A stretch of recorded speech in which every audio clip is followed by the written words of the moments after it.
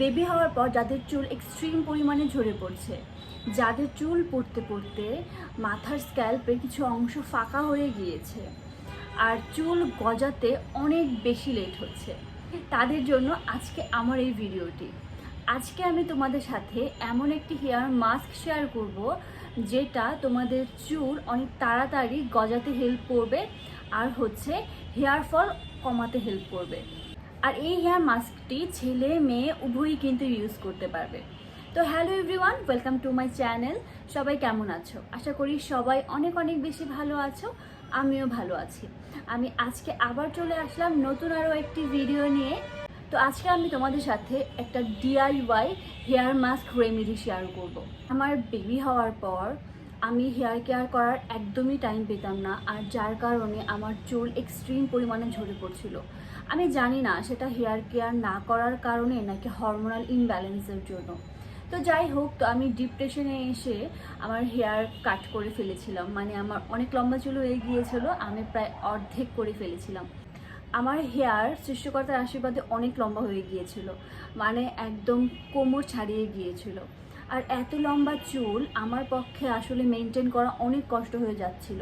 ছোট বাচ্চা নিয়ে এত বড় চুল টেক কেয়ার করা আসলে অনেক কষ্ট হয়ে যাচ্ছিল। তো যার কারণে তারপর আমি ডিসিশন নিয়েছিলাম যে আচ্ছা ঠিক আছে, আমি হেয়ার কাট করে ফেলবো।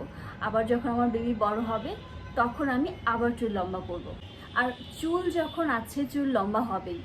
আর চুল লম্বা করার জন্য সবচেয়ে বেশি যেটা ইম্পর্টেন্ট সেটা হচ্ছে হেয়ার কেয়ার করা। হেয়ার কেয়ার করার কোনো বিকল্প নেই।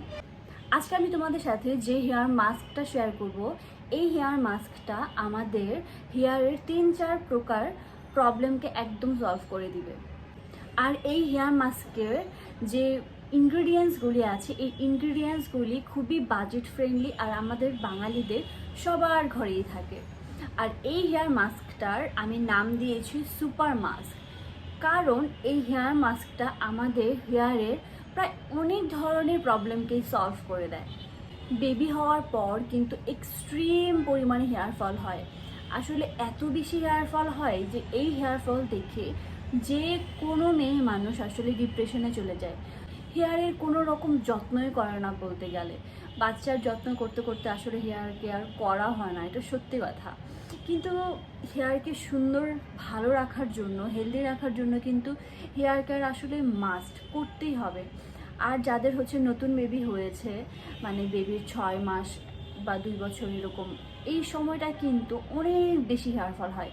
আসলে কিচ্ছু করার থাকে না এই সময়। মেয়েদের কিছু হরমোনাল ইমব্যালেন্সের কারণে কিন্তু এই হেয়ার ফলটা হয়। আস্তে আস্তে যখন এই হরমোন ব্যালেন্সে চলে আসে তখন কিন্তু হেয়ার ফল অনেকটাই কমে যায়। এটা আমি শুনেছি, অ্যান্ড আমি এটা রিসার্চ করে বেরও করেছি।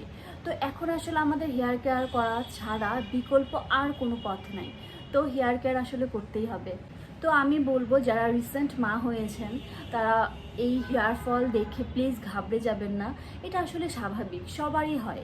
না ঘাবড়িয়ে আপনারা চেষ্টা করবেন যেন বেশি বেশি হেয়ার কেয়ার করার, স্কিন কেয়ার করার, বাচ্চার পাশাপাশি নিজেরও যত্ন রাখার। যদি আপনি ভালো থাকেন তাহলে কিন্তু আপনার বাচ্চাটাও ভালো থাকবে। কারণ আপনি যদি ভালো না থাকেন তাহলে কিন্তু আপনার মেজাজ খারাপ থাকবে, আর সেই মেজাজ খারাপটা আপনার বাচ্চার উপরে গিয়ে পড়বে, একটা বাজে অবস্থা হয়ে যাবে। তার এর জন্যই কিন্তু অনেক বেশি বেশি করে নিজের যত্ন নিতে হবে। তো অনেক কথা বলে ফেললাম, তো চলো এখন আমরা আমাদের হেয়ার মাস্ক রেমেডিটা দেখে নিই। তো আমাদের এই হেয়ার মাস্কটি রেডি করার জন্য দুটি উপকরণ লাগবে। একটা হচ্ছে চাল, মানে আমরা যে চাল বাসায় রান্না করে ভাত খাই সেই চাল। তো এখানে আমি আমার চুলের পরিমাপ অনুযায়ী 2 চামচ চাল নিয়ে নিয়েছি। আর লাগবে সুপার ইনগ্রিডিয়েন্ট, সেটা হচ্ছে মেথি। মেথি কিন্তু আমাদের চুলের জন্য সুপার একটা ইনগ্রিডিয়েন্ট। আর এখন আমি এই চাল আর মেথিটাকে খুব ভালো মতো পানি দিয়ে ক্লিন করে নিব। এটা কিন্তু মাস্ট করতেই হবে। তোমরা দেখতেই পাচ্ছ যে আমি একবার ধোয়ার পর এটা কতটা ময়লা পানি বের হয়েছে। তো যাই হোক, আমি এখানে 2-3 বার ভালো মতো ক্লিন করে নিয়েছি। আর তারপর এটাকে আমি ওভারনাইট রেখে দিব। ওভারনাইট রাখার পর চাল আর মেথিটা কিন্তু অনেকখানি ফুলে যাবে। তোমরা দেখতেই পাচ্ছ অনেকখানি কিন্তু দেখো চাল আর মেথিটা ফুলে গিয়েছে। আর পানিটাও কিন্তু কেমন একটা হলুদ হলুদ হয়ে এসেছে। তো এরপর আমি পানি সহই এইটাকে খুব ভালো মতো ব্লেন্ড করে নিব। তোমরা চাইলে কিন্তু এই মেথি আর চালের যে পানিটা এটা কিন্তু হেয়ার টোনার হিসেবেও ইউজ করতে পারো। তো আমি আমার চুলে আগের দিন রাতে তেল দিয়ে রেখেছিলাম, আর এখন আমি এই হেয়ার প্যাকটা ইউজ করে নিব। তোমরা চাইলে হেয়ারে অয়েল অ্যাপ্লাই করতেও পারো, নাও করতে পারো, এটা অপশনাল। আমি ইউজ করি কারণ আমার কাছে মনে হয় অয়েল অ্যাপ্লাই করলে হেয়ার মাস্ক লাগাতে ইজি হয় আর এটা খুব সহজেই ক্লিন হয়ে যায়। তো চলো এখন জানা যাক এই হেয়ার মাস্কটার নাম আমি কেন সুপার হেয়ার মাস্ক দিয়েছি। প্রথমেই বলি মেথির কথা। মেথি আমাদের হেয়ারের জন্য কতটুকু উপকারী আমরা মনে হয় সবাই কম বেশি জানি। মেথিতে আছে nicotinic acid, vitamin C, potassium, যা আমাদের নতুন চুল গজাতে ভীষণ কার্যকর। কেমিক্যাল ট্রিটমেন্টের জন্য যখন চুল অনেক বেশি রুক্ষ হয়ে যায় বা যত্ন না নেওয়ার কারণে চুলের একদম 12টা বেজে যায়, সেই রুক্ষ চুলকে সফট, সিল্কি এবং শাইনি করতে কিন্তু এই হেয়ার মাস্কটা তোমরা একবার ইউজ করে দেখতে পারো।